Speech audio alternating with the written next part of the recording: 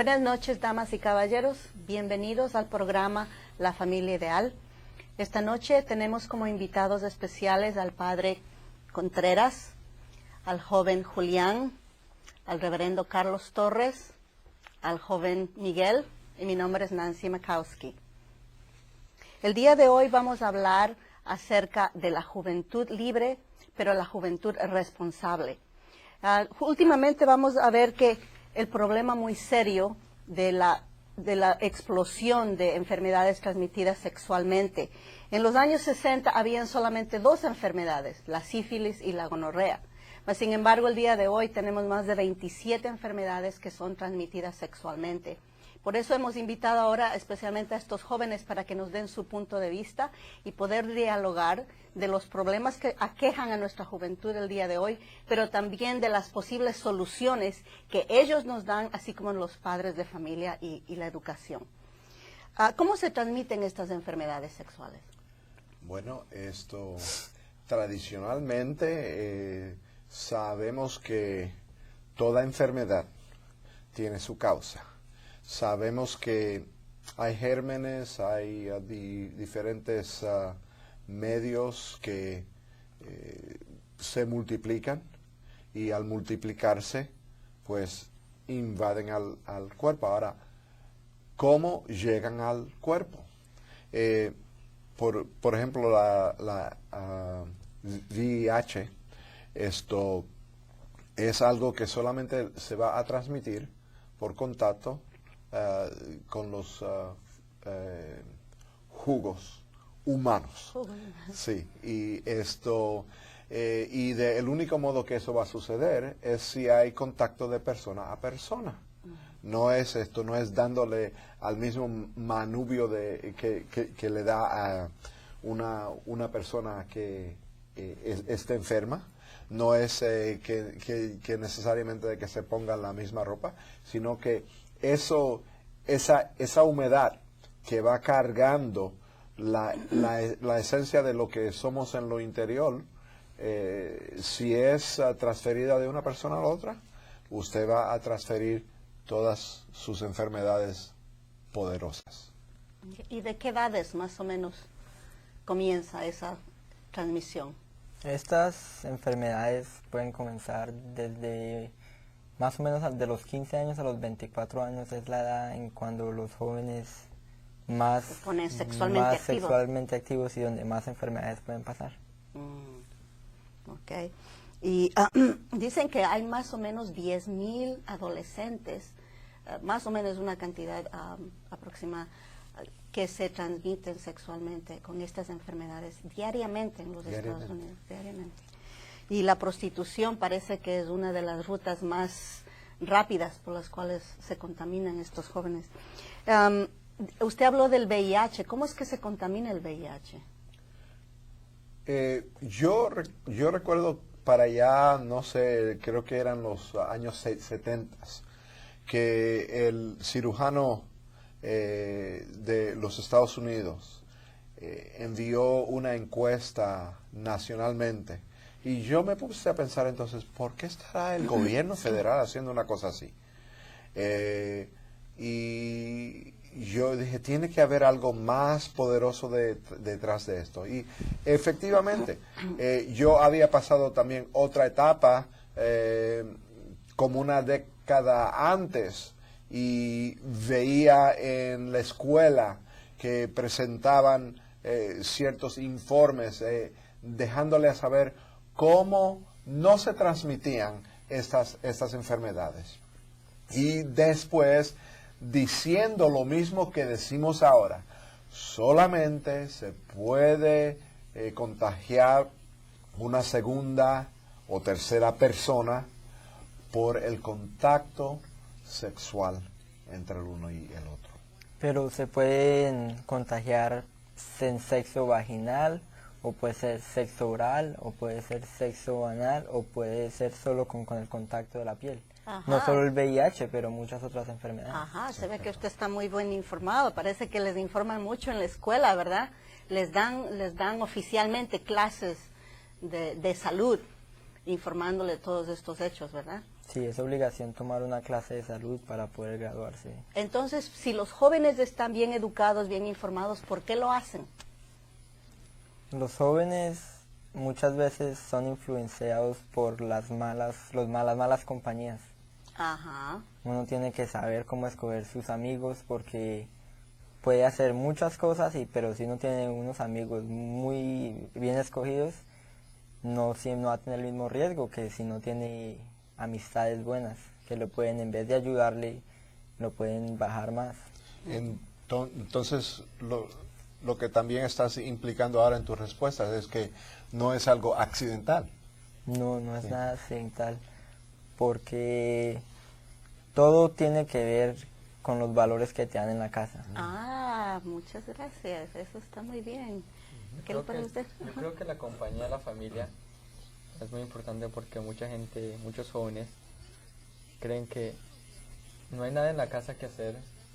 Los papás nunca le ponen atención ni nada, ni le han dado una buena formación, entonces piensan que la calle es mejor que estar con la familia, ayudando.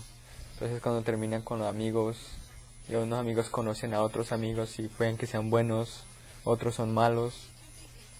Y comienzan a conocer mucha gente que puede que esté enfermo, que tenga algún virus o algo así, y termina infectándolo a uno.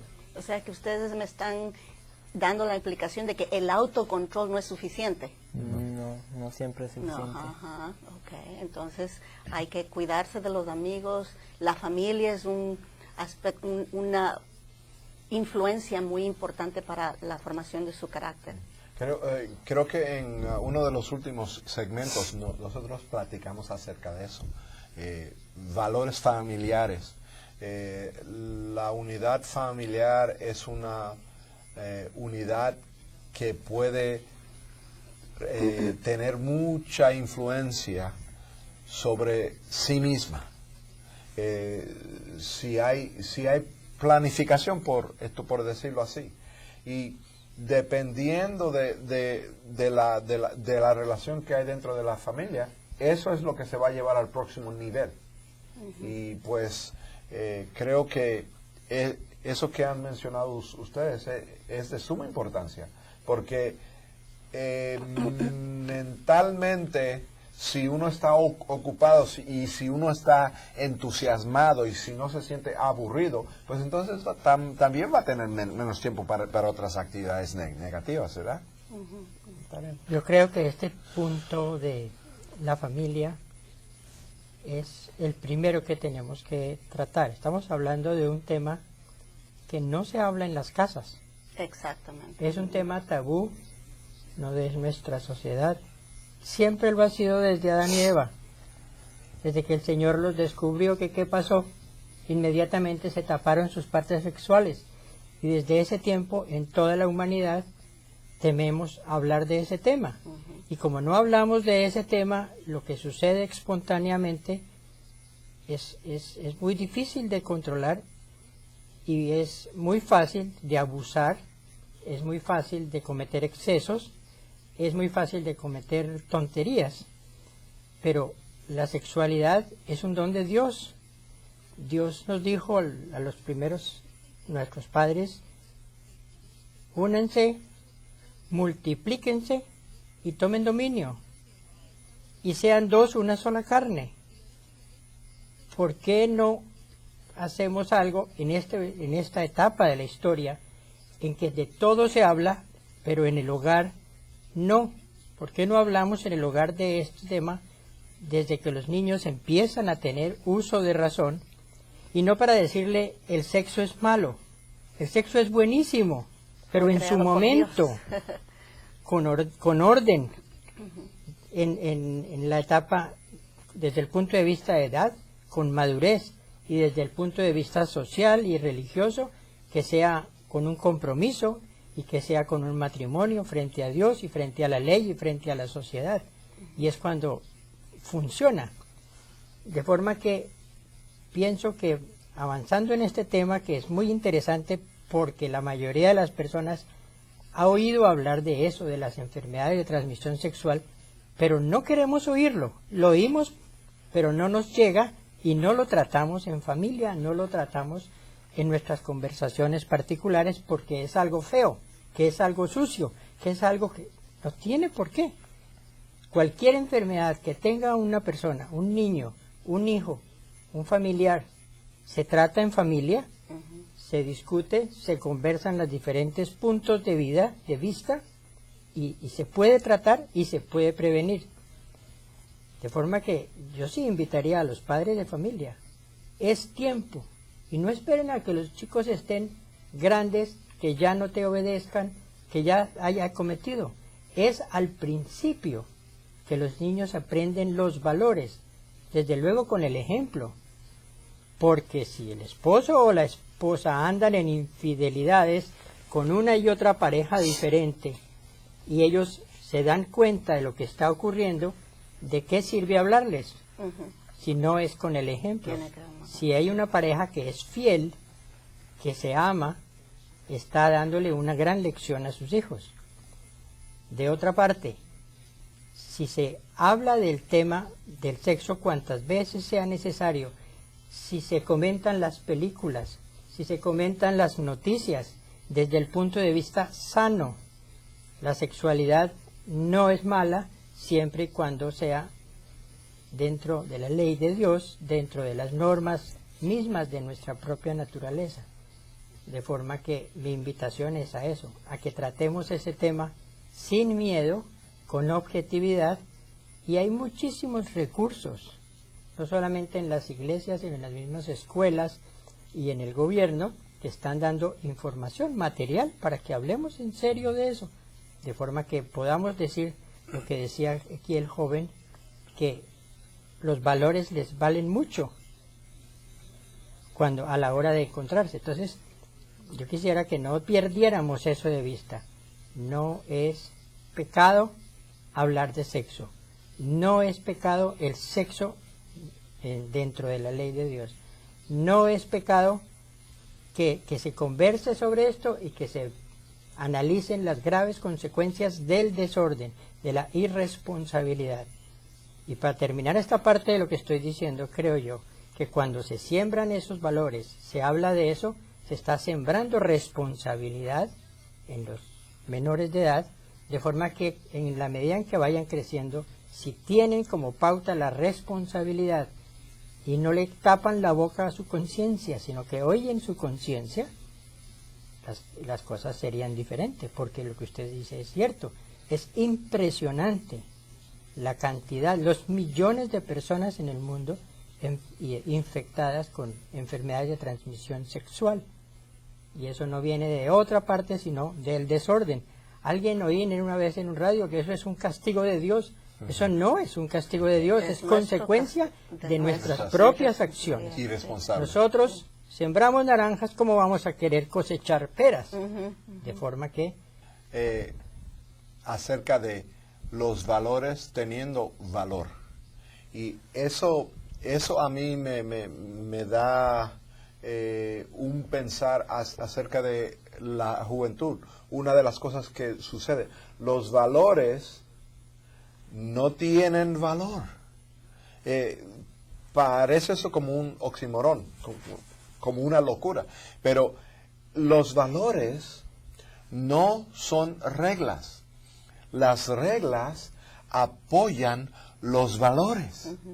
Y por eso, porque algo vale, uno lo cuida. Si uno tiene un anillo muy costoso, eso tiene mucho costo, mucho valor. Yo lo voy a cuidar. Mi carrito, a pulirlo. ¿Por qué? Porque tiene mucho valor para mí. Entonces, junto con nuestros valores familiares, es que tenemos que hacer que valgan los valores, no que, bueno, ¿por qué no puedo hacer esto, mami? ¿Por qué no? ¿Por qué no? No, porque no lo hace. Yeah. No, y algo muy importante también, usted mencionó el VIH. ¿Cuáles son los síntomas del VIH? Dicen que por los primeros 10 años que un joven se infecta con el VIH, no hay síntomas. Sí. Entonces quiere decir que si un joven se contamina a los 13 años, no se va a dar cuenta que tiene el virus hasta los 23 años. So, durante esos 10 años, ¿con cuántas otras muchachas se acostó? Si nosotros nos ponemos a pensar en esa estadística, es increíble. Entonces, las consecuencias son muy graves. Y después de esos 10 años, entonces, ¿qué otros síntomas ve del VIH? Sí, los síntomas son desastrosamente lentos. ¿Por qué? Porque nosotros peleamos con nuestro enemigo si sabemos quién es y dónde está. Pero si tenemos un enemigo que nos está matando lentamente, ¿cómo lo vamos a combatir? ¿Cómo lo vamos a combatir? Entonces, sí, se tiene que combatir antes de que llegue a nosotros, porque si entra por la puerta de adelante o por la puerta de atrás o por la ventana, por lo que sea, ya que está ahí, adiós. No solo eso, si nosotros no sabemos que lo tenemos, si digamos que un muchacho de 13 años lo tiene y no lo sabe, de aquí a los 23 ha tenido muchas parejas. Pongamos una cifra de 10. Sí, sí. Ajá. Tiene 10, esas 10 personas la tienen. Cada de esas 10 personas tienen 10, se va multiplicando, multiplicando. Y así muy rápidamente mucha gente lo va a tener. Y la persona sin saberlo y sin querer hacer Y sin daño, querer quizá la persona que ama, quizá la persona con quien se comprometió a casarse. O sea, lo hace sin saberlo. Entonces, ese es el riesgo muy grande. Eso pasa con las plantas, por ejemplo, cuando hay una fruta podrida. Una fruta podrida es una sola. Sí. Pero si nosotros no hacemos algo para que a nuestros hijos no les pase lo mismo, ¿qué va a pasar? Que una fruta contamina la otra y eso va creciendo exponencialmente. No es que la mayoría de las frutas estén podridas, es la gran minoría. Si vamos a ver, son pocos, pero pues en comparación con la población del mundo, con la población de los Estados Unidos. Pero es muy grave que nosotros, porque veamos que las cifras en comparación sean pocos, no nos importe que nuestra fruta, nuestros hijos, vayan a contaminarse también. Es precisamente por eso que hay que tener esa prevención, porque es muy fácil contaminarse y sin saberlo. Exacto. También depende de la persona, porque hay mucha gente y los dan en lugares médicos, que uno se puede mandar a revisar cada 6 meses. Que cada 6 meses es lo mínimo que uno puede mandar a revisar para que pueda ser detectado. Pero ni aún así, yo conozco un jovencito que se comprometió, él trajo su certificado de SIDA y la muchachita trajo su certificado de SIDA, se comprometieron los dos, muy contentos, él un hispano, ella creo era de allí, del oriente, no sé, pero muy, muy contentos, felices ya para las familias de los dos se unieron, iban a celebrar su boda. ¿Qué pasa? Que un día el muchacho me llama y me dice, señora, dice, estoy en el hospital. ¿Qué pasó? Me descubrieron que tengo el virus del SIDA. Le digo, ¿pero cómo? Si tienes el certificado. No salió porque, como tú dices, sale cada 6 meses. Entonces se desató ese compromiso, se desató ese matrimonio, el muchacho completamente se deprimió, llegó hasta el punto de quererse matar a sí mismo. Un día me llamó diciendo que tenía todas las píldoras que le habían dado en el hospital, quería matarse, perdió todo. Entonces, ¿cómo asesoramos a estos jóvenes? Y él sabía, era un joven cristiano que me decía, yo sé que el día que yo meta la pata vulgarmente, algo va a pasar. ¿Y por qué? Porque había ido una noche a un bar, se tomó una copita, después se olvidó de lo que de lo que había hecho. ¿Y por qué es que es tan fácil que caen? Por decir, o que caemos los seres humanos, ¿por qué tan fácil? Porque una persona que sabe que es peligroso, que no se debe meter y de pronto termina haciendo tonterías después de haber ido a un bar o a una fiesta y se le olvida todo. Sí. ¿Sabe que hay una mentira que es muy histórica? Se promulgaba cuando yo estaba jovencito, como de la edad de ustedes. La primera vez nunca pasa. A mí no me puede pasar. Si es cierto tiempo del mes, no hay ningún problema. Estas mentiritas son desastrosas. Por eso lo que estábamos hablando anteriormente acerca de los valores familiares son muy importantes, porque hay solo un modo para no caer en ello. Porque a uno dice, no, pero me dijeron a mí que si yo uso un profiláctico, que no hay problema. Y eso ha sido comprobado que tampoco es cierto. No. Porque aún usando los condones dicen que hay un 18% de riesgo. Y es como que si yo le dijera a usted, entre a un avión, sabe que el avión hay un 18% de que se caiga. ¿Usted se subiera en el avión? Sí. Yo no me subiría en el avión, ¿verdad? Y aún, aparte de eso, si nosotros sabemos que puede haber alguna clase de riesgo, eso después va a quitar el ímpetu, el afán, el gusto de tener a esa primera pareja que es con la que uno va a levantar una familia, intercambiar el amor verdadero con esa persona. Por eternidad. Sí. Porque hay jóvenes que se toman un trago y se vuelven locos. Ocurre mucho, ¿no? Pierden su juicio. Pues el problema con eso otra vez vuelve con sus amistades. Sí. No, uno sabe que uno no puede tomar menores de 21 años, pero sin embargo hay la gente que lo hace. Puede ser la minoría, pero toda ese poquito de gente que toman. Pero yo pienso que así uno tome o no tome, si uno está con la gente que conoce, que confía en ellos, tomado o no tomado, uno está bien. O sea que requiere un periodo de tiempo, conocer a la persona. Uno tiene que conocer o a muy la bien familia. a la persona. Ajá. Entonces una lección sería no salgan con desconocidos. Pero eso sería una gran lección para los padres de familia, que los niños Exactamente. entiendan, hagan que los niños entiendan en el proceso de aprendizaje que uno no se puede ir con cualquier persona. Eso también es muy interesante. En las escuelas enseñan a los niños chiquitos, no se monten en los carros de personas extrañas. Pero si nosotros amplificamos eso, por ninguna razón, y entonces ya que somos grandecitos, que somos muy guapos,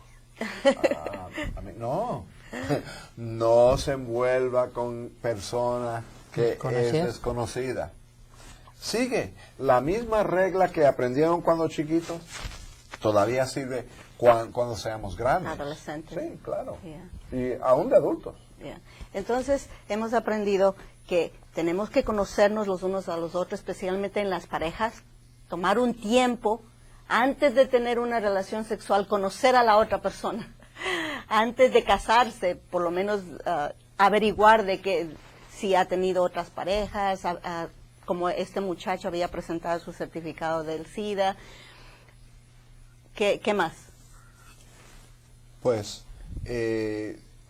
si no hemos recibido la enseñanza en el hogar, nosotros como individuos también tenemos que ser responsables, ¿sí?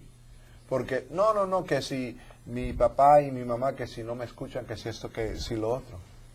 Eso no es excusa, porque es nuestra vida la que vamos a dañar. Aquí hay un problema. El problema es que no todo el mundo le tiene la confianza a los padres. También. O así le tenga la confianza a los padres. No muchos jóvenes les gustaría estar hablando de sexo con sus padres. No porque no les tengan confianza, sino que por el tema yo no le voy a preguntar a mi papá cómo hago el sexo, o qué me espero, o qué hago, ¿sí? Entonces muchas veces no tiene que ser uno padre de alguien para decirle a un joven cómo es. Porque nosotros los jóvenes, como no vamos a los padres por vergüenza misma, porque no estamos con suficiente confianza, Si le preguntamos a un amigo, y el amigo dice, pues por ahí me dijeron que si esto es aquí así. Y entonces, pero ellos están en las mismas, tampoco saben ni le han preguntado a sus padres. Entonces siempre es bueno cuando le llega la palabra de un amigo, de un tío, de un primo que es mayor y tiene experiencia a un joven, ¿sí? Mi tío, yo con mi tío, uno de mis tíos, tengo mucha confianza, él y yo hablamos mucho de él porque él es mayor, pero no es nuestro padre, entonces nos entra por otro lado que del padre, porque uno siempre piensa que los padres no mucho lo quieren castigar, que él, mi papá no sabe, pero si ya le llega ahí otra palabra de un tío, ¿sí? Contándole sus experiencias, uno entiende mejor.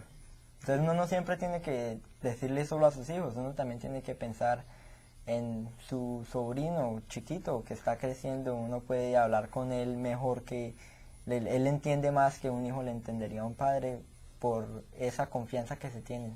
En otras palabras, cada uno de nosotros, los adultos, debemos tomar responsabilidad, no solamente por nuestros hijos, sino por los que están a nuestro alrededor, ya sea en el colegio, ya sea en el trabajo, ya sea en la iglesia, especialmente los que somos líderes de la comunidad. Es muy importante y un punto que muchos padres no nos damos cuenta y a veces queremos forzar a los hijos a que nos cuenten sus problemas, a que nos cuenten sus dificultades. Pero si todos tomamos responsabilidad, podemos ayudar a nuestros jóvenes. Ese es otro buen consejo.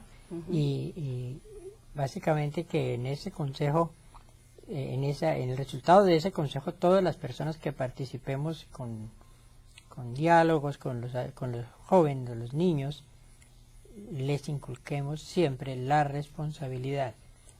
Porque yo he oído de casos que dicen, pero si mi padre y mis tíos, mis amigos toman y se emborrachan y llegan a los 2 días a la casa, ¿por qué yo no? Pero si el joven ha recibido un mensaje de responsabilidad, puede discernir lo que mis padres, yo amo a mi padre, es mi padre, pero lo que está haciendo no lo está haciendo bien, o mi madre, o mi familiar, o mi amigo, alguien, de forma que ellos puedan discernir. Porque si no les enseñamos a discernir desde el principio, después pues se van por donde se vayan todos. Entonces, ya se nos acaba el tiempo. Queremos agradecerle especialmente a estos jóvenes que han tomado su tiempo a venir a compartir con nosotros y queremos escucharlos, queremos escuchar su punto de vista. Continuaremos, este es simplemente el principio, lo vamos a hacer más a menudo. Queremos agradecerle la presencia del Padre Contreras, el Reverendo Torres, y espero que ustedes nos sintonicen todos los jueves de 5:30 a 6 de la tarde. Llamen al teléfono que sale en pantalla y si desea colaborar, desea ser parte de nuestro programa, llámenos. Estamos para servirle y muchas gracias. Que Dios los bendiga. Gracias.